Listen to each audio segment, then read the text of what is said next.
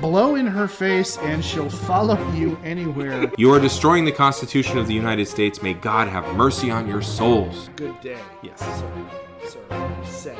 Good day. We could be saved if we just elected the right white man to power. That's creepy, but that's in a different category of creepy. Zit-zoo, zit-zoo, zit-zoo. Gary Gygax.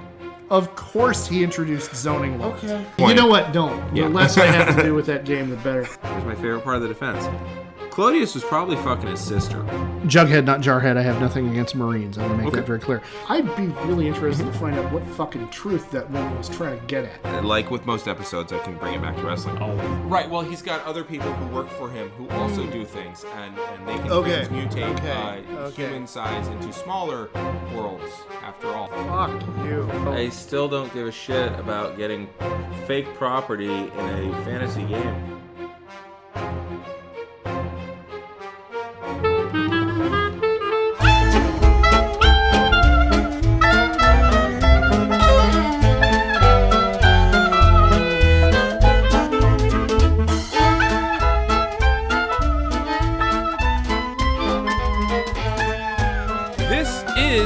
Geek History of Time, where we connect nerdery to the real world.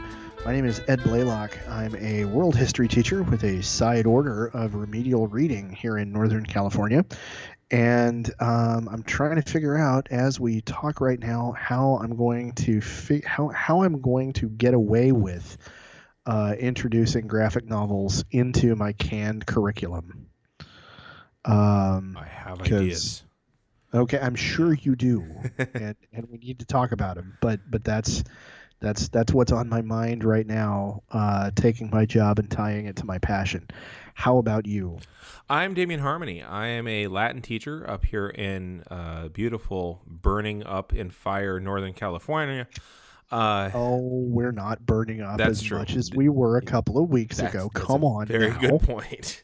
The multi-million acre fires have all been, 90-something% contained, or just burned out because they ran out of fuel. One of the two. Same. Yeah. Same diff. Burned out and contained. It's the same thing, right? Yeah. So I actually I have harbored the fantasy of having textbooks, but also. And when we eventually have textbooks that weren't made like when I was still in high school. The Dark Knight Returns? Yeah. I think our youngest textbook that we have for Latin, at least, is 1995. That's our youngest one. Now, in fairness, nothing has changed in the language. Dead language. Exactly. Yeah, nothing exactly. But wear and tear is a thing. And, well, yeah. And I would love to order. There is a wonderful set of graphic novels called the Olympiads that is just so good to read. But I'll put that in the recommendations toward the end. But okay. I would love to order stuff like that and have kids read the story of Troy. Like there's a wonderful one about the story of Troy, and there's a wonderful one about the Odyssey. And I'm like, I would like that. I would like that a lot. Or if I ever taught world history again, by the way, our textbook for world history is as old as my teaching career because I used it as a student teacher. I would love for us to get a class set of Berlin, the graphic novel. We did for Persepolis. We actually found money for doing Persepolis, and it was beautiful. Wait. Yeah. Persepolis? Persepolis, yeah. I'm a little bit impressed that you managed to get that approved. I mean, just because it's overtly political. Yeah, but it's in Iran, so it's okay.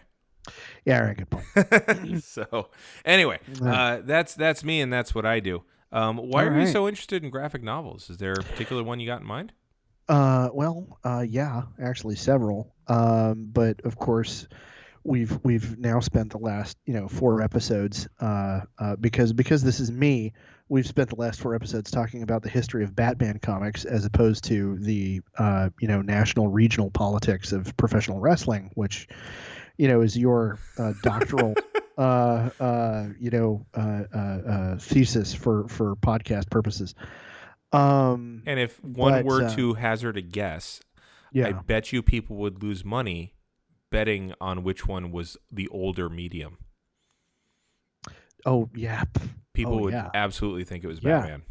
Yeah, I would totally think it. Yeah. And turns out, go back to season 1 Yep. and you'll learn a thing or 8 Mm-hmm. from Damian about the history of wrestling and find out no son, you're wrong. Yeah. But yeah, so I have graphic novels on my mind because we're now coasting into the point where I feel comfortable handing the Batman saga off to you to talk about movies. You mean the baton? Ooh. You know, it's a funny trend. Like last episode, I ain't even mad. Yeah. Yeah. Well done. That's a good one. Thank you.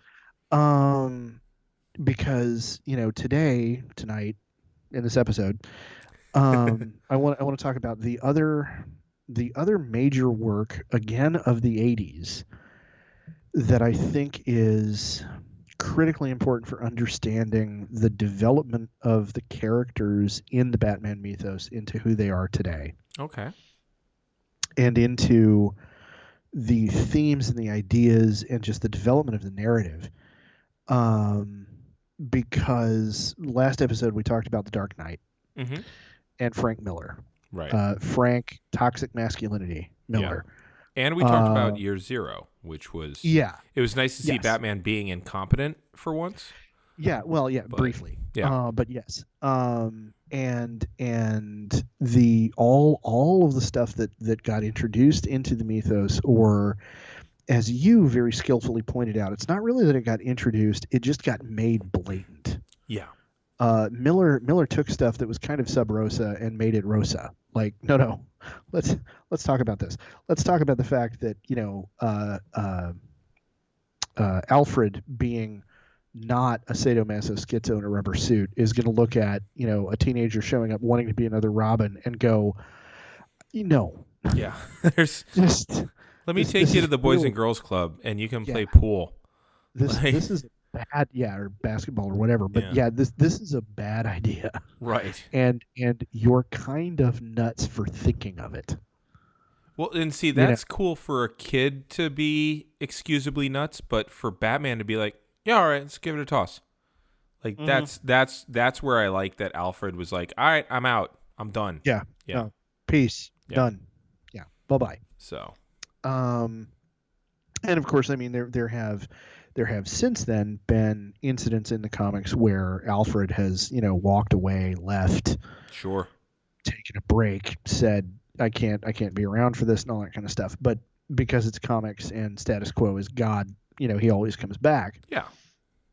But, the first time we really see him raising a really serious objection to this obsession of Bruce Wayne's. Really having agency, quite honestly, on some level, And then of course since then, in other media, we've now seen the development of the character has now turned into in the Nolan film, the first Nolan film, he tells a story to Bruce that was it the first one? It was the second one. It was the second one. Yeah. The second one, talking about some men just want to see the world burn. Right. The lead into that line is a story about him being in Burma. Yes. With clearly in a military capacity, but maybe not in the British Army. Maybe he was a mercenary of some kind. And you're like, right. Okay, wait, hold on. And then there've been other stories modernly in which it's pretty clear he has some kind of special forces military kind of background. Which I would point out, Jarvis was the butler for Iron Man, and Jarvis was in the Royal Air Force, I think, but he knew how to box. He was a really good boxer. And I remember Alfred at some point punches out Superman and throws him out of the Batcave. Yeah. Yes. Kicks him out on his blue butt. Well, no, his red butt, actually. That part is red, His butt is red. Yeah. But anyway, so yeah. So Superman is a mandrill, is what we're saying. Same coloring. Or a baboon. Yeah. So yeah. And I just completely got taken off track by that. Alfred is the moral center, and he has his own life. is really kind of where you're Alfred going. Gaines, yeah, and up until those newer stories, there's a very pivotal storyline from the comics. I want to say it was in the 90s, where there's a massive earthquake and Gotham winds up being cut off from aid, and Batman disappears and we don't know where he's gone. And Alfred winds up becoming there's a story in that series dedicated to what Alfred is doing during this whole time, and he is, he talks about having a theater background. Oh. And so, his backstory has evolved with the times. Similarly, but that is the first place that we really see him take a hard line, telling Bruce, "You crazy." Yeah, and again, he's no longer just a tool of Bruce's. Yeah, yeah, and in that series, by saying to Bruce, "You crazy," he is bringing up another one of the themes that after that shows up repeatedly, is Batman really any less crazy than any of the people he keeps capturing and locking up in Arkham? Yeah, and again, we're not quite in the 90s where it's the age of the anti-hero and therefore having non-absolute good guys. Yeah. But we are getting there, and I think in many ways this starts to feed that. Well, this I'm going to say that this is the precursor at the very, very, very leading edge of the wave. Yeah. I think version of it, as you like to say. Basically, yeah, it is. It is kind of the version. The Dark Knight is the template that gives other comics creators the freedom. Yes. To go fully anti-heroic with other characters. Yeah. Yeah. Go ahead. Like, I don't remember when Cable was introduced in the X-Men, but as a leaf field, pouches everywhere, no feet, right. Weird skinny ass ankles, for such a muscular individual, yeah. Like all of that guy's heroes skip leg day. Like what? Like, no, they don't, because their quads are insanely outbound. Okay, good point. They skip leg day below the knee. Yeah. Now, Cable shows up as a newborn infant in '86, so that doesn't count though. No. But he first shows up in March of '90. So there you go. Yeah, with the New Mutants. So there you go. And he shows up as being the grizzled dude from the future, anti-hero. Yep. Yeah. So there you go. And I think Miller created. He was the one who dug the first groove for everybody else to go into with that. Yeah. And what you were saying at the end of our last episode about everybody being cynical at the end of Vietnam, and I would add Watergate, the Iran, the first the Iran hostage crisis, then the Iran Contra scandal, and everything else. Like there's such a long list of shit we could mention. Oh yeah, that cynicism is a big part of the reason that we see the anti-heroes of the Bronze Age of comics, in the 90s, when all of that happens. Yeah, I would agree. And and in the 80s is where we see, like, the Dark Knight, as I mentioned, is very much a deconstruction of a lot of the tropes of the Batman mythos, which is part of where that, oh hey, I'm going to take this subtext and make it text stuff comes from. Batman defeating a gang, then becoming the leader of the gang because he's a charismatic, strong figure, replacing the charismatic, strong figure who had been the leader of that force. Which is so Mussolini, it fucking hurts. Like, well, and again, that's a thing that keeps happening in comic lore because, like I said last time, Storm beats Callisto, who's in charge of the Morlocks. And it's not so much she's a charismatic force who replaces a charismatic force. She is broken in several ways, and she takes advantage of the other person being broken emotionally. And there's even a quote, I forget what it said, but it was essentially like it kind of like, you thought that you were darkness, but I'm, it's that same kind of, you thought you were a badass. Yeah. But what's her face? Storm does the same thing. So yeah. And the Venom quote, not Venom, Bane quote from the Nolan films. You think you're darkness, right? I didn't see the light of day until I was a man. Kind of thing. Samesies. Yeah. And so, so much of Batman's lore, again, is nowadays what isn't a response to the 66 Batman series is a response to The Dark Knight. And The Dark Knight was itself a response to the 66 Batman series. And so, these are these incredibly seminal kind of works for the whole mythology. And the last one that I want to spend some real time talking about before we get into talking about the movies. I talked about how The Dark Knight is where we see, I think, the first time that this idea of this karmic entanglement between Batman and the Joker, right, where they become synonymous with each other. Yeah, they don't say one without the other. They become the two halves of the yin yang. Yeah. They become symbols out of the I Ching. And that leads into the Killing Joke. Okay. And that's not Alan. No, that's Alan Moore, right? That's Alan Moore. Okay. Yeah. Okay. We're no longer talking about Miller. Okay. I mean, we're probably going to mention him once or twice again Sure. because it's Frank Miller. But this is Alan Moore writing Batman comics. Okay. And you can't really talk about Alan Moore without talking about Watchmen. Yeah.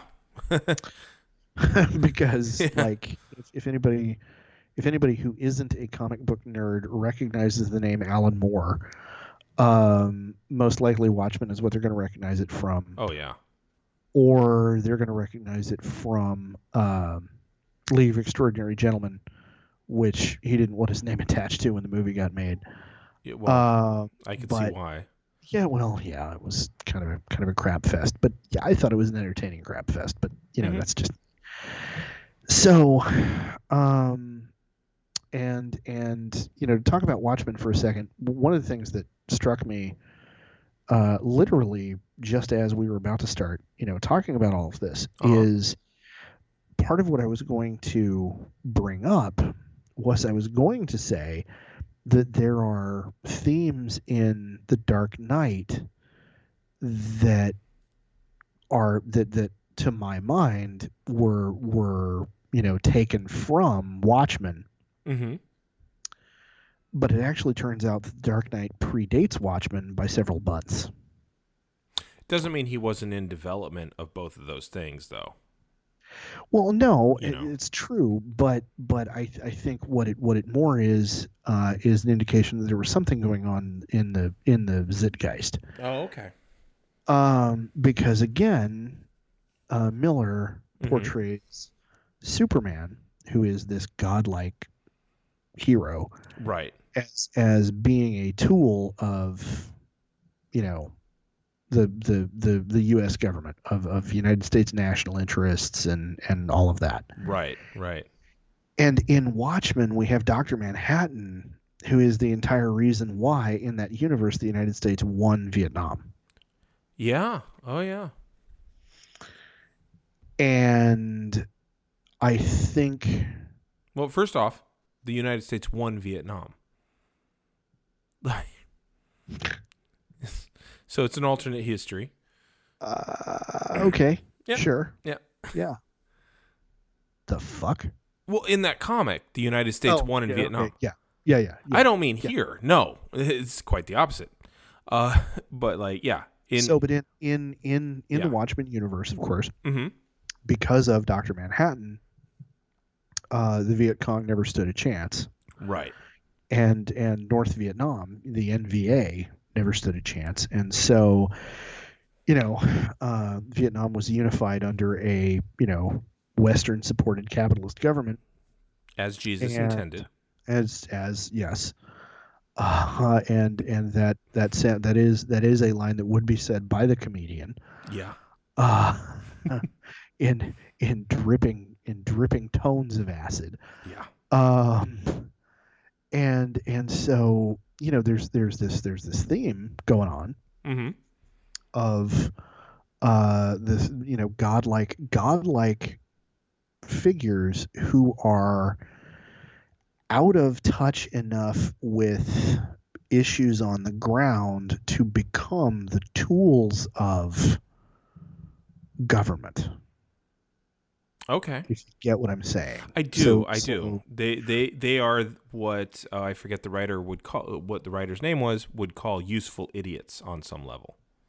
Yeah. That to Miller, Superman is the big blue Boy Scout who's going to follow orders because, he's the elected president of the United States. So, right. And Moore's portrayal of Dr. Manhattan is more nuanced in that, no, he's just so powerful that he's aloof of it all. He's aloof of it all. And the idea here is if we end the war quickly, fewer people are going to die. So I'm going to end the war quickly. Right. By vaporizing, half the population. However many people I got to do to solve the problem, Right. Because the math checks out. Yeah. Yeah. Well, he's been so stripped of his humanity, and Superman is also not human, by virtue of the fact that he's an alien, but also by virtue of the fact that he's so powerful. How could he possibly understand what's going on with us? Yeah. Yeah. This really reminds me of that thing that you post every year right around this time of Superman and Batman talking about each other to their respective dates. From the most recent comics of just the last couple of years. Yeah. And what's interesting there is that is now mm-hmm. the comics coming around again full circle from Miller, kind of responding to Miller. I was going to say they're reacting to it again. Yeah, with a more positive view of everybody involved, I mm-hmm. think. Like these two can overcome these differences. The differences are still there, but they can be braided together at least. Yeah. The differences. Well, the differences are still there, but each of them, I think this is an important thing, mm-hmm. is in Miller's universe, there's no room for empathy. That's a really good point. Miller's whole ethos is so wrapped up in machismo, right? That there is not empathizing, and for those of you who aren't my friends on Facebook who are listening to this, the bit that Damian is referring to is a wonderful piece out of DC Comics in just the last couple of years, in the events leading up to Batman's marriage to Catwoman, or Bruce Wayne's marriage to Selina Kyle, which, mm-hmm. spoiler alert, didn't actually wind up happening, unfortunately, to the infuriation of a great many fans, myself included, because, it's lazy writing not to have it happen. But anyway. Yeah. Where Batman and in wrestling we call that over swerving. There you go. You're just not going to pay this off ever, really? Fuck you. Like, somebody else came out and broke up the match. Great. Okay, we'll never actually have this resolved. Never actually going to get an ending. Yeah. Just commit. Yep. Yeah. So, Robert Asprin has made the same set of mistakes with the Myth series in his novels. It's like, oh my God. Have some of your characters actually grow and develop, for God's sake, please. Yeah, pay something. So, off. Come on. But anyway, we're getting off the subject. The bit that Damian is referring to is Batman and Catwoman are breaking into a building. Let's not put too fine a point on it. Yeah. And Superman and Lois Lane are getting into the same building from the ground floor. Mm-hmm. And there's this wonderful bit of parallel conversation happening. Oh, yeah. As each of them is talking. So Batman is talking to Catwoman. Superman is talking to Lois Lane. And each of them is talking about the other one. Yeah. And, Batman says, he's the survivor of a Holocaust. He never knew his parents. I had parents. I lost them, but I had parents. I'm not totally alone in the universe. Mm-hmm. And then we cut over to Superman saying, he watched his parents murdered in front of him. Right. I had Ma and Pa, Kent. Kent, and I was raised in a house where I was always loved and I was always nurtured, and he grew up in a mansion that was by empty. himself. That was empty, filled only with memories. And they go, yeah, oh yeah, and they go back and forth, and each of them ends up with the closing statement before they wind up literally running into each other. They have the closing statement. He's a better man than I am. Mm-hmm. And then there's a wonderful moment. They step out of the elevator, and they stare at each other in the hallway. Right. And there's one panel of dead silence as they stare at each other, and then Lois Lane steps forward and goes, "You must be Catwoman. Hi, I'm Lois Lane. Lovely to meet you." There's a part before that though that really was my favorite part of the whole thing. Oh yeah. And where Batman looks at me, is, "You took the elevator." and it's just that to me is a crystallization of everything having to do with the difference between the two of them. And Superman's response is, "Well, to come in on this floor, I'd have to break a window." Right. And it's with great power comes great respect for property. But if only. But the fact that, Batman is means to an end, and Superman is, no, there's a right way to do it. And Batman is, he had the power to snuff out the world with his pinky if he wanted to. And he doesn't. And it's because Batman is looking at the power as a means. And Superman is looking at the power as a responsibility of and so Batman is he cannot comprehend of someone having that power and not using it. Yeah. And so to me, that's the point. Or he does comprehend it, but he recognizes how impossible it would be for him. Right. Not to. Right. Well, and there you go. Clark was raised with love. Yeah. Batman was raised with wealth. Yeah.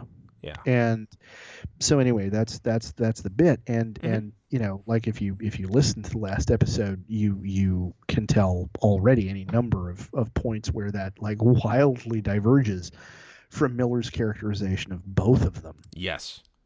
Well, like you said, that whole thing is just an exercise in empathy. They're literally imagining the other one's situation as being worse than their own.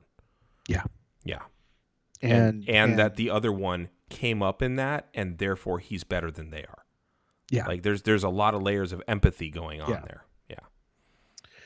So and of the two of them, the one who has a line before they actually run into each other in the elevator, it's Bruce Wayne, who has the line saying, "I mean, there's no way we could actually ever really be friends." Yeah. Because he's a god. How could that even be a thing? Yeah, friends kind of have to be equals is his idea. Yeah. Yeah. And then, the ending of it kind of winds up actually being very heartwarming, where you figure out no, they really are in a very meaningful, very well written, very, very masculine.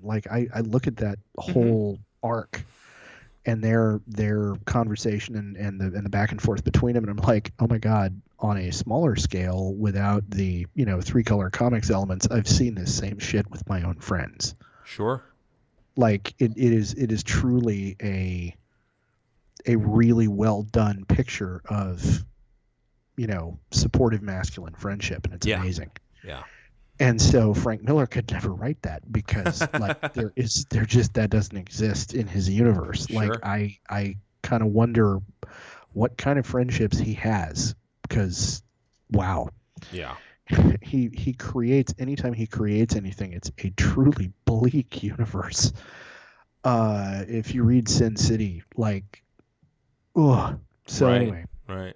Okay, But so Alan anyway, Moore. so this episode that we're talking Yeah. about Alan Moore and in Watchmen, Mm-hmm. you know, he thoroughly deconstructs superhero comics, just Right. period across the Oh board. yeah. And in V for Vendetta, he takes 3-color superhero comic tropes and applies them to politics. Yeah. And anti-fascism and anarchism and all of that, and kind of winds up philosophically he winds up with A Dog's Breakfast, but it's a really entertaining story to read along the way. And so he wound up in 87. Mm-hmm. He signed on with DC to do The Killing Joke. Mm-hmm. And The Killing Joke is really important, not because of Batman, but because of the Joker. The Killing Joke is a Joker story in which Batman has a part. So just real quick, because I know in Marvel there's a thing that what do they call continuity. So that's clearly not a thing here, because you said that Joker broke his own neck to fuck over Batman in the Tunnel of Love. Well, okay, remember Mm-hmm. that that's in the universe of The Dark Knight, which So it's a different universe. Post crisis that was determined to be Oh wow. Earth. I don't remember what. Okay, so Marvel has Earth 616 and Earth whatever. Sure. You know, and so there are Elseworlds stories and there are what if stories and there's all that kind of stuff. Uh-huh. DC didn't actually come up with the idea of doing any of that until the mid 80s or late 80s. I'm trying to remember. Anyway, so DC has had multiple attempts to try to make all of their continuity tie together. Okay. Because, like, if you go back through the history of, I'm just going to pick a character, not really at random. If you look at the history of Green Lantern, Uh-huh. originally Green Lantern was a magical hero. Mm-hmm. And then Hal Jordan showed up as kind of the second Green Lantern, and he gets his powers from a science fiction-y source, Right. of the Power Ring from, you know, the Guardians and Oa and, you know, all that. Yeah. And so to eventually try to make their continuity unified, Mm-hmm. the DC's editorial board came up with the idea of Crisis on Infinite Earths, in which a number of people died. Uh-huh. And universes literally collided and got mashed together and stuff happened. And then within another couple of years, they had to do it again because their continuity had gone back to being concocted. Incomprehensible. Yeah. Yeah. And so the thing is, and this is part of the reason why I too am primarily a Marvel fan now. Mm-hmm. They're like, if you try to apply continuity to DC, you're kind of trying to you're trying to push rope. Like, it's just Sure. Yeah. like you're gonna have a little success, but it's just eventually it's all gonna fall apart. Like you can't make it work. My stepdad and I used to talk about Marvel and DC, and he said there's one thing that he and I both agreed on with that, and it was that DC had, and you and I have talked about this too in our episode as they were Greek gods.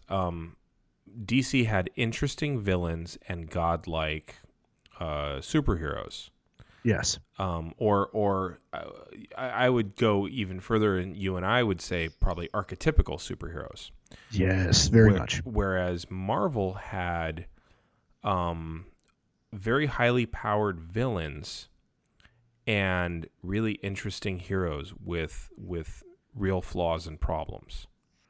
Yeah. And therein lies the main difference. The other one, my stepdad always used to say, is like, DC never understands history.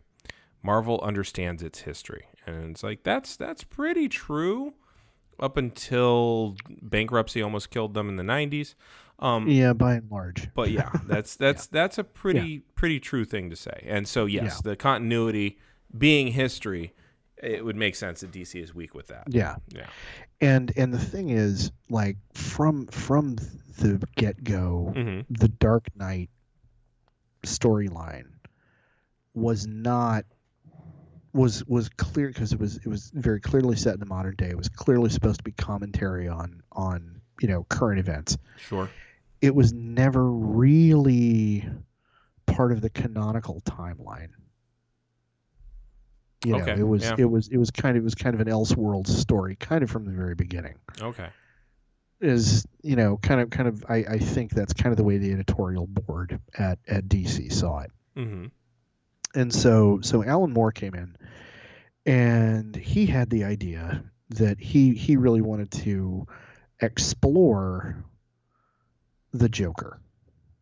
And Okay. so he came up with this idea of the Killing Joke. And again, one of the things that Moore is really good at doing, this is kind of where his genius lies, is he's really, really good at recognizing the tropes and deconstructing them, or analyzing them, or juggling with them, or whatever. But he's really good at taking these, whatever these ideas are, these themes, and figuring out, okay, well, what if we take that and we mess with it. Right. And he's a brilliantly creative mind in doing that. For all of my other opinions about the man, he is very good at doing that. And so he came in, and his idea was, I want to look at, like, okay, how exactly did we wind up with the Joker? Like, what leads to somebody being this guy? Again, deconstruction. Yeah. Deconstruction. Yeah. And so the storyline, the bare bones explanation of the storyline, is the Joker decides that he's going to break Commissioner Gordon. And the Joker is convinced, and the Joker is convinced that all it takes is one bad day. Because in a series of flashbacks throughout the Killing Joke, we learn that that's what happened to him. That is just one bad day. One catastrophically bad day. What year is this? 87. Wow. Killing Joke is 87. Okay. 87 into 88. I'm just thinking in terms of, Alan Moore's British. Yeah. And he absolutely saw one bad day when Margaret Thatcher got elected. Yeah. Sorry, actually, I got to back up. It's 88. It's March of 88. Oh, 88. Okay. Specifically 88. But I'm also just thinking in terms of he's doing DC, so he's got to be somewhat enmeshed in American culture. Yeah. And I keep thinking of evangelical televangelism and how they have a cataclysmic view of Christianity. Yeah. So it just kind of makes sense. I like that. That one bad day, Okay, yeah. So. Yeah. And he was looking at this as, again, we wind up looking at and because this is 88 and Dark Knight had been 86 into 87, there is a level of response to the Dark Knight in that, again, the Dark Knight introduced this idea of the two of them being somehow karmically connected. And so now Alan Moore is looking at this and going, well, what do they have in common? How are they like each other? Mm-hmm. What are the similarities here? And again, another thing that we see kind of maybe not for the first time, but made explicit for the first time in The Dark Knight, is the idea that Batman is just as crazy, better controlled than the villains that he fights. Yeah. And so Moore wants to try to show the similarities and the differences between them. And so, we find out over the course of the story that the Joker started out being, he's a chemical engineer who quits his job to become a stand-up comic, and he fails miserably, like horribly. And he's married. He's got a pregnant wife. I'm sorry. Hang on a second. I just would like to point out that no stand-up comic quits their job to do stand-up comedy. Like we don't do that. Like, because that doesn't pay. Speaking with some personal experience, yes, I got to keep a roof over my head. I got children to feed. I'm not quitting my job. Right. Yeah. Well. Okay. So Alan Moore, bad understanding there, but okay. Did not do his research. No. Or alternatively, maybe he did do his research and he's trying to point out that the Joker was kind of an idiot and a loser to begin with. Okay, fair enough. Poor judgment. You could have done that just by virtue of the idea that he started doing stand-up comedy, though. Like, he doesn't have to quit his job to show that he's an idiot. So that but he really wants to drive the point home, right? So anyway, he's he quit his job, so now he's unemployed and he's a failure as a comic. So now he's got to figure out a way to support his pregnant wife. So he makes an agreement that he's going to help a couple of crooks get through the chemical plant where he used to work, so that they can rob the facility next door. Okay. And he finds out over the course of the planning of this heist, he finds out that his wife and his unborn child have died in a tragic accident. And he tries to back out, but the crooks essentially threaten his life, force him to go along with him. And they want to try to implicate him as being the mastermind behind the whole thing. So they force him to don the Red Hood, who's a villainous character that shows up elsewhere in Batman mythology. And there's a gunfight. The two criminals wind up being killed. The engineer, our poor, feller, gets confronted by Batman, and he winds up jumping into a waste pond to get away from Batman. Gets swept through a pipe and discovers that the chemicals have permanently disfigured him. Okay. His skin has been bleached white. Right. His lips have been dyed permanently red, and his hair is emerald green. Right. Now, right off the bat, I kind of want to know what set of chemicals could have that specific set of multicolored, biological, multicolored kind of effects. But okay, 3-color comics will roll with it. Your hair is keratin or whatnot, so maybe that interacts differently than your skin does, and your lips are a sphincter, so. Well, okay, I can see the idea that if your lips were permanently somehow damaged badly enough, they might be red by virtue of the amount of blood flow involved, scar tissue. I mean, I can see that, but how does that happen and not wind up flensing the skin off the rest of your face? But anyway, we're over 3-color comics. The point is, he is secondary colors, therefore he's evil. Yes. Yeah. Well, yeah. Getting back to that theme that keeps coming up. Yes. And so he looks in a mirror, realizes that he's now been permanently maimed, disfigured by this. Joke's on him. The joke's on him. He's lost his family. He's lost everything. And he snaps. and this is the birth of the Joker. Okay. Okay. Yeah. And there is an iconic panel done in shades of black and white and shades of purple of the Joker staring at the reader with his gloved hands in his hair, just cackling, and the background is just the lettering for ha ha ha ha. I've seen that. Yep, I've seen that. Usually on edgy comics T-shirts. Yeah. Yes. Yeah. Sending the signal, I'm an edgelord. Yes. Yeah.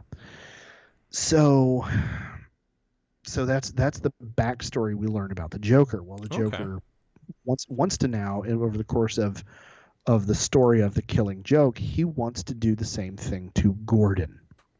Now, why Gordon and not Batman? Well, because if he shatters Batman, he doesn't have anybody to be counter to. Okay. Gordon is the system. Oh, okay. Yeah. Whereas he and Batman, again, they have this. The word you teach world religions a lot more in depth than I ever do. In 7th grade, yeah. Would it actually be a dharmic dance? Like, aren't they kind of following their dharma in their constant struggle? Yeah. Okay. Yeah, I think so. Yeah. I think yeah, that's yeah. Just to say that they're karmically tied is kind of incorrect. It would be more dharma than karma. Okay. So anyway, they're dharmically tied. The They've got idea of fate. Yeah. So yeah, their role in the cosmos, they're acting out. And so so what he winds up doing is to try to break Gordon. The Joker shows up at Gordon's house. Winds up using a handgun with a very specially underloaded bullet. Now, the idea originally was was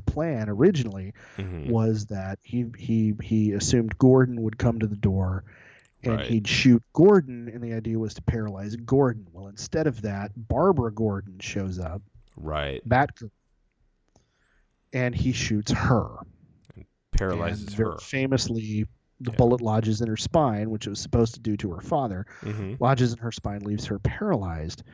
And then the Joker kidnaps Gordon, cages him in the freak show, and doses him. It's not explicitly stated, but it's pretty clearly hinted that he heavily doses him up with psychotropic drugs. Right. And then psychologically tortures him. Mm-hmm. And part of what he does is he forces him to view projected photos of Barbara having been shot lying on the floor of the house naked. And it is very, very strongly implied that Barbara was sexually assaulted. And the idea of all of this for the Joker is that he's trying to break Gordon. That he's trying to inflict on Gordon the same psychotic break he had to prove that all it takes for anybody is one bad day. And so what if at the end of the day he's like, oh shit, it didn't work. Well, I guess I got to try a different bad day then.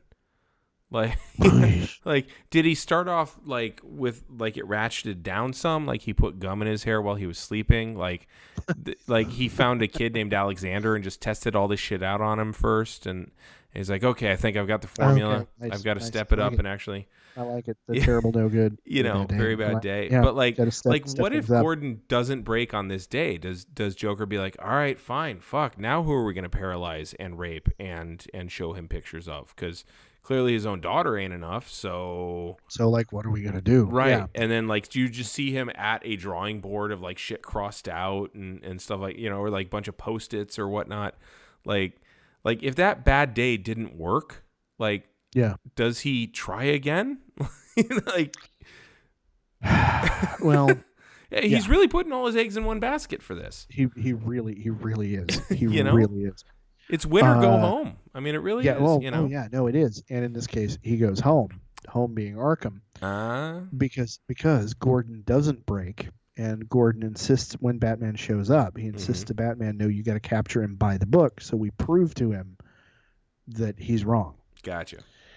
And there's this moment that is simultaneously kind of amazing and really weird, where Batman subdues him, breaks the news to him that you failed, and he tries to reach out and say, look, we can, if you want to get better, we can help you get better. And the Joker declines, saying it's too late for that. It's far too late. And he then tells a joke to Batman about two inmates in a lunatic asylum trying to escape. And they jump across the narrow gap in the roof, and one of them jumps, the other one's too afraid to go. And the first one says, no, I'll tell you what, I'll shine my flashlight across, and if you fall, the flashlight will stop you. And the one because they're escaping from an insane asylum, so cuckoo nuts. And the one who's afraid to jump says, well, what do you think I am, crazy? You're going to turn it off halfway across. Okay. And tell me Batman laughs. Batman does laugh. Good. And the police show up and they arrest the Joker. And so, we have there's an awful lot to unpack here. Yeah. But a big part of what Moore was trying to emphasize was there's a commonality of some level of experience between Batman and the Joker. And they've both undergone these terribly traumatic kind of events, and it's about how the two of them have responded. Yeah, it's response to trauma. Yeah, and they're both Jeff Clock, a literary critic, comic critic, pointed out that both Batman and the Joker are creations of a random and tragic one bad day. Yes. Batman responds by forging meaning from the random tragedy, whereas the Joker reflects the absurdity of life and all of its random injustice. Yeah, I mean, as soon as you said by trying to forge meaning from it, I was thinking and Joker's response is to strip meaning from everything else. Yeah. Yeah. If that's both of their what's the word I'm looking? They're not just an MO. It's like they're the reason for being for them. Their mission in life becomes those two separate things. Yeah. Yeah. And one of the kind of important things to point out, and one of the things that's very strong about Moore's storytelling here is throughout the whole story, it's really clear that the Joker is a desperately unreliable narrator. Shocking. He as much as says, sometimes I remember it one way, sometimes another. If I'm going to have a past, I prefer it to be multiple choice. Oh, wow. That's some Heath Ledger level shit there. It really is. Yeah. And here's the thing. This is why I wanted to make sure to bring this up to tee you off to talk about the movies. Yeah. Because this story, like every time we see the Joker after this, there are elements of this story in his characterization. Yes. Like Nicholson's Joker. There are elements of this in him and everything we see after that. Yep. And this is, again, very much a response to the 1966 TV series. The Joker there, and right now I'm forgetting the actor's name. Oh Jesus! And now you just made me forget. Cesar Romero. Cesar Romero, thank you. Cesar Romero's, he's clearly kind of menacing, but mostly he's just kooky, villainous, clown. Yep. As opposed to this character who is almost trying, he's trying to be some kind of philosopher evangelist. He is a really poorly read version of Diogenes. Ooh. Okay, yeah. He is not because Diogenes was, here's how to increase your happiness. That's not Joker, but his methodology is similar of being like, I'm going to subvert this system. Yeah. Diogenes lived in a world where people were trying to gather wealth. He rejected it completely. He is, so he's Diogenes. Whereas Batman is Aristotle. Viewed appropriately enough, viewed through a funhouse mirror, but yes. Yeah, and Batman's Aristotle. Oh, yeah. Yeah. Yeah. No, I like that. Yeah. I like that. And so, yeah. So, and the clearly, as you already pointed out, the Heath Ledger version of the Joker is like heavily influenced by this. Right. Do you want to know how I got these scars? Right. Yeah. And he changes the story. Yeah. And he's a like one of the best things about the writing in that film, and one of the best things about Ledger's performance in that film, is every time he tells a different story, he 110% buys it. Yes. Yeah. Like the sadness is there, the anger is there, all the emotionality of the unfairness of that story. Yeah. Yeah, that's all there. And that's more. Like that is Moore's stamp on that character. And the fact that in the mythology of the character ever since, the idea that these two characters are somehow dharmically, as you linked. Brilliantly put it, that they are somehow dharmically tied together. I mean, every interpretation that we've seen since then, has had this weird semi-mystical. These two are these archetypes that are constantly, at loggerheads, kind of roll to it. And I think, again, we got to go back to Miller to kind of see that idea have its kind of earliest genesis, and now it's getting developed out as we see more, really doubling down on the idea of them being two sides of the same coin. Yeah. And then going forward into where we've seen them since then. And so now we're left with Batman developing into this.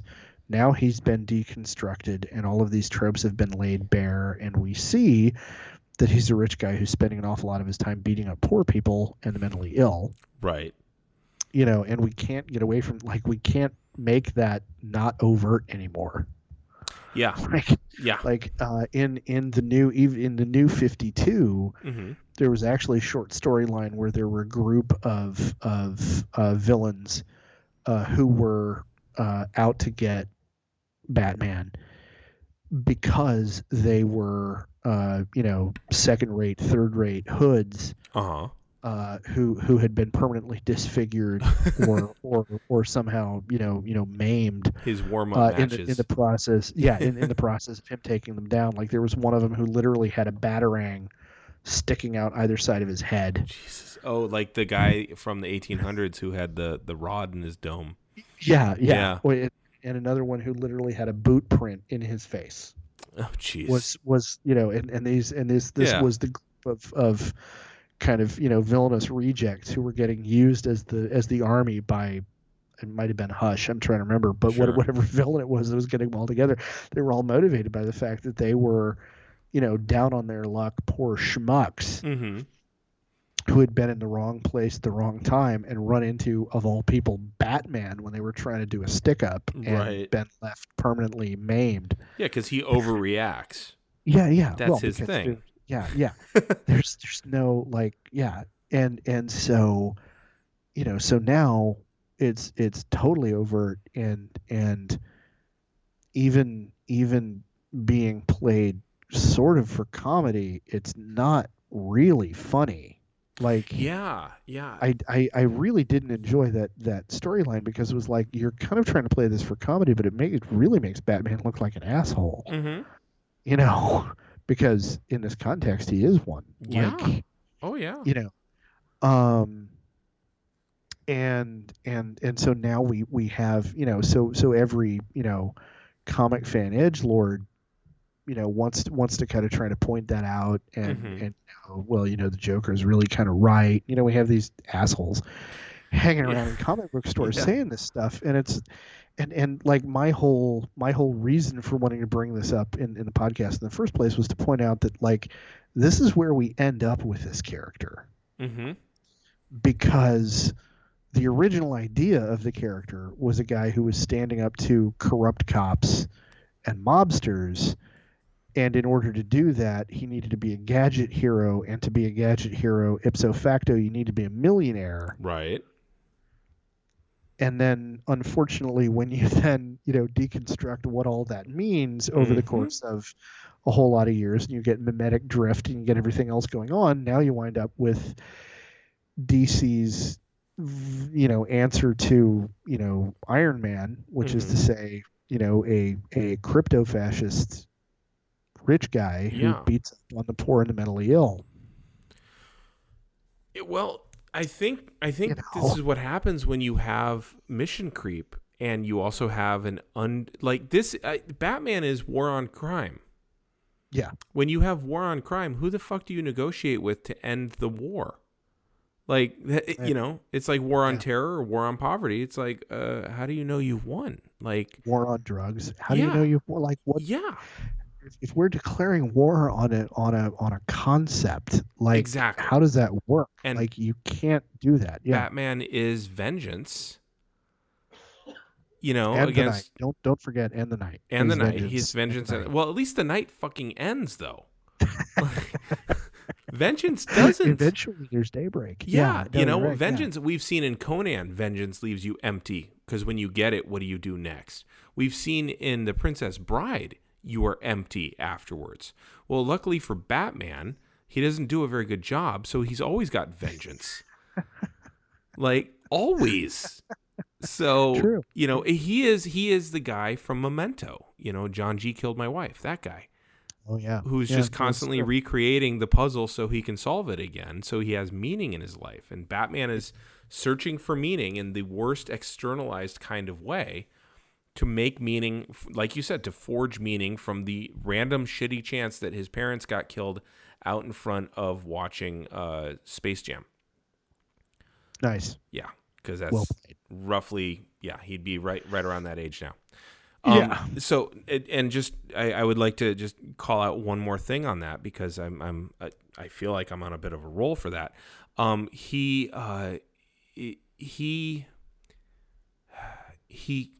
cannot exist, and this is why Joker is karmically or dharmically linked to him, because Joker is always trying to foment chaos. Yeah, and so you can never have. You how do you know that job's done? And so, the both of them have an unclear goal. Until you wind up in the cold death of the universe, there's no way of knowing. Yeah. Both of them have an unclear goal. And with an unclear goal, you can do it forever so that you can give your life meaning instead of going into some goddamn therapy. Mm-hmm. So. Yeah, and by the way, taking the money that you spend on another Batmobile, and maybe I'm gonna go on a limb here. Maybe. Well, I'm actually gonna go one better than that. Mm-hmm. Give that money to the Gotham Unified School District. There you go. Just gonna plug for our own profession here. Yes. Like, maybe give that money to teachers. Yeah. Just put that money in a classroom. Or do what Joker did and give away free money. Just don't gas people afterwards. Yeah. Like, hubba, money, who do you trust? Right. It's time to play. Who do you trust? Hubba, money, who do you trust? I'm out here handing out free cash. And where is the Batman? He's at home washing his tights. Yeah. I don't know if there's ever been a movie role, and we can talk about this in more detail when you look up, but I don't know if there's ever been a movie role better suited to Jack Nicholson's batshit crazy phase. True. Than that. True. Like, yeah. Yeah. And he was in One Flew Over the Cuckoo's Nest. Yeah, I know. and 5 Easy Pieces. I'm Yeah. just gonna say, So between that line and I want you to hold it between your knees. I'm like, I really don't know. Yeah. You know. So So anyway, Mhm. I'm spent. That's Well, what I've got. you done good. You covered Uh, what 80 plus years of history. yeah, I mean, I galloped over parts of it, but Yeah, that's yes. fine. So, broad um, brush saves time. yeah, yeah. So Batman has gone from a basically a detective who solves Yeah. crime, which is what people wanted to see in the 30s, to an establishment character who helps the police, which is what people wanted to see in the 50s and 60s. And then we kind of see him disappear from the 60s through the 70s, largely because comics are undergoing a real disinteresting time anyway. And then in the 80s, it suddenly ramps up and gets really, really gritty. And then it's just an out-grittying each other. I love that verb, out grittying each other. Yeah. No, you're not wrong. Yeah, and then you get there, and then after that, everything has been a response to that. Yeah, well, what I kind of want to say is it's like everybody wants to out gritty each other, and then we get to the Obama administration and we see empathy again. There you go. Yeah. Just to be Yeah. overtly, a liberal about it, like, all of a sudden we actually want to see, this character expressing some hope and some empathy and some, other stuff. Yeah. So, Yeah, that's there. That's the thing. Yeah. Yep. So, well, cool. Thank you. Oh, well, no, thank you for, tolerating this whole. Oh, I'm going to get you back because I'm going to spend 3 yeah. episodes just on Joel Schumacher. Holy shit. I'm kidding. Wow. I am kidding. Nobody It's hit that only 2 unsubscribe button. episodes on Joel Schumacher. Well, okay, 1.5. Yeah, yeah. Because there's a lot to unpack with Schumacher. I'm at this point. It's I'm not fun. even kidding. Yeah. Wow. So. All right. But cool. So now, you kind of already went into it, but like, what do you take away? What did you learn? What do you think is important? I think Batman is what happens. I'm going to give an observation, and then I have actually 2 questions for you. Okay. I think Batman is what happens when you have an archetypical character pushed through time. Okay. And it ends up not holding true to the archetype because it clings so hard to the archetype. Yes. I think that's that. Yeah. On one level, that kind of doesn't jive, but on another level, that makes perfect sense. Yeah. And I think you're right. I think I would modify that statement a little bit by saying, depending on which parts of the archetype you choose to hold on to, you wind up warping the archetype. Yes. I think you're right. So we never discussed Kingdom Come. No, and we did not. That's a damn shame because that came out in '96. Yeah, and it's clearly a response to the not Moore but Miller. It's clearly a response to Miller. Oh, yes, because now he is physically broken and relies on his tech, and runs basically a police state in Gotham. Yes. And he's also not the main character of that whole story. I mean, the main character of that story is Superman's gone batshit, and Shazam has to save him. But it would have been kind of cool to just fold that in. I would love to hear your thoughts on it. I think Kingdom. Well, okay. Kingdom Come. Kingdom Come has a lot of baggage. Because Kingdom Come, I think, is a very big part of the Bronze Age, because again it was 90s. So there is this urge to there's real serious urge to deconstruct and to and in that case it was deconstruction of the anti-heroes that were such a big Right. part of the comics landscape at that time. Right. And I think the role that Batman winds up playing there, I think my take on that is it goes back to what we talked about in the last episode about him being in the Dark Knight specifically, because that story is very clearly a sequel to the Dark Knight. Like, yes. It's in that universe. Yes. And in that universe, it's really clear that to an extent Batman is the precursor to the anti-heroic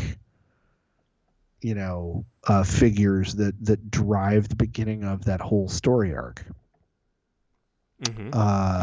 And I don't remember who's responsible for Kingdom Come. I don't remember who was writing it, who was doing it off the top of my head. Right. But they were very clearly leaning into the interpretation of Batman as being the crypto-fascist. And they were leaning into that, I think, because of the point they were trying to make about anti-heroism. Yeah. Okay. If that makes sense. It does. And by the way, it's Mark Waid and Alex Ross. Right. Which is an interesting connection because I believe Alex Ross was working on Marvels at the same time, because it's very similar. I don't know if you ever saw Marvels. Yeah. Okay. Yeah. So it's very similar paint style. It's very similar, but they're wildly different stories. Like you said, it's just so very different. But yeah, okay. So what was your other question? That's one. We had two. It keeps flitting in and out of my head, so unfortunately I've forgotten it. Bummer. Yeah, that's all right. We've done more than enough here, and if it comes up while I'm discussing movies with you, then so be it. And one thing that didn't come up that I did actually kind of tag, but in the conversation drifted in other directions, is the death of Jason Todd in 1988. In the midst of all of this gritty, dark everything, the readers of Batman comics paid money. Yes, as you pointed out in our conversation about this after the last recording session. Everybody dialed a 1-900 number to vote whether Jason Todd was going to live or die. Yeah. And they voted to kill him. Yes. They paid money to kill a character. To kill a character. And again, by the Joker. Killed by the Joker with a crowbar and then dynamite. Yep. In a weird echo of, again, what we find out happened in the very opening of The Dark Knight, which was that Jason Todd had been killed by the Joker 10 years prior. And the fans basically wound up turning that into a self-fulfilling prophecy. Oh wow! I didn't realize that there was that connection. And as an indication of the times. And again, when we're talking about the times, we're talking about that being the 88 election would have been that's Bush won. Right. And that's the tail end of the Reagan administration, Iran-Contra, yep. Everything else that we talked about that had turned everybody so terribly cynical. And so there you go. Yeah. Wow. That's... So we're going to take a hero who is galvanized into becoming a hero by the trauma of watching his parents murdered in front of him, and we're going to take his second sidekick, and we're going to kill him in front of him. Right. Make him yet again impotent and powerless to stop. And take all of that, pent up trauma, crazy, whatever all, and double down on it. So there you go. Like, Jesus. Oh boy. Well, when I talk about Michael Keaton's Batman, there will be tie-ins to that. So Okay. yeah, Awesome. So all right, you got anything you want to recommend us to read? How about Squirrel Girl to cleanse the palate? Hey, there you go. Squirrel Girl would be awesome. I'm very much in favor of that. Or the Kamala Khan Captain Marvel. Yes. Because that's an amazing set of stories, and the characterization in that is absolutely incredible. Yeah. What I am actually going to recommend, though, and you'd hate it because it's very noir, is I'm going to recommend The Long Halloween, which is the comic follow-up to Batman Year One. Okay. And it's not Miller; it's other writers picking up where Miller left off. Mm-hmm. And as a early in his career detective Batman story, I think it is some of the best stuff anybody's written. Nice. Okay. So it's The Long Halloween. The Long Halloween. Okay. The overarching villain is the Calendar Killer. Now that sounds like one straight out of like the early 1960s. Except he's the Calendar Killer may or may not be affiliated with one of the two major crime families of Gotham, and is committing murders. He's known as the Calendar Killer because the murders all happen on holidays. Of course. So there you go. Okay. Well, where can people find you on the social medias? As ever, I can be found on TikTok and Instagram at Blaylock, and I can be found on Twitter. I can be found on TikTok and Twitter as Blaylock, and on Instagram as Mr. Blaylock. And if you want to yell at both of us simultaneously about something, we can be found at Geek History Time on the Twitter machine. And you, sir, can be found where? You can find me on Twitter and Instagram at DuhHarmony. That's Duh with two H's in the middle there. And you can find me there. Feel free to also look me up on twitch.tv/Capital Puns every Tuesday night at 8:30 because those things are going on. There's no way this episode will air by the time that I've got a show at the end of this month, so we'll see what happens next month. So... Sounds good. Yeah. So for A Geek History of Time, I'm Damian Harmony. And I'm Ed Blaylock. And until next time, catch us, same bat time, same bat channel.